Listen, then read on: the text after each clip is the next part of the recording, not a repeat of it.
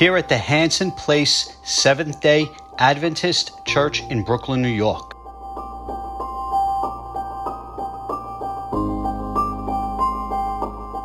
We ripped up the existing broadloom carpet and padding, we skim coated the subfloor, and installed shore carpet tile in the lower sanctuary and in the pastor's office.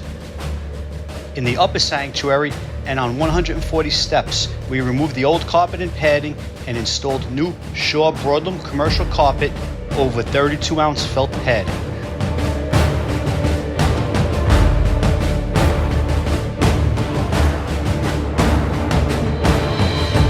Total carpet installed over 8,000 square feet and completed in only 8 days by our own certified and professional installers.